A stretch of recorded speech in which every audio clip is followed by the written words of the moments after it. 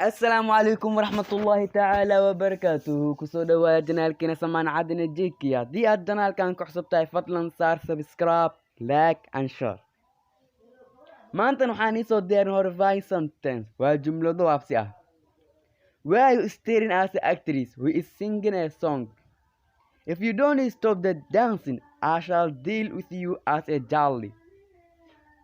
Don't try to horrify me because I'm hero. And I don't afraid that girls like you. So don't try again to stand in front of me. Otherwise, I will beat you like my level. I don't like to take a time with someone like your type. Horrifying sentence waa jumladu waabsi. Horrifying sentence waa jumladu waabsi. Why are you staring as an actress? Maxaad isku walaaqaysaa sida atrisho kale? Who is singing a song? Taasoo heesaysa hees. If you don't stop the dancing, haddii aad joojin wayso dheesha, I shall deal with you as a child. Waxaa kula dhaqmi doonaa sida cunugoo kale. Don't try ha isku dayin to horrify me inaad ii waabsato.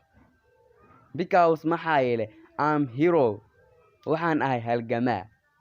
And I don't afraid kama boqo the girls like you gabdhaha nooca oo kale. So sidaas darteeda don't try again mar lamaad ha isku dayin to stand in a so istaagto in front of me aniga horteyda. Otherwise haddii kale I will beat you. Waxaa ku garaaci doonaa like my life ficiyoo kale.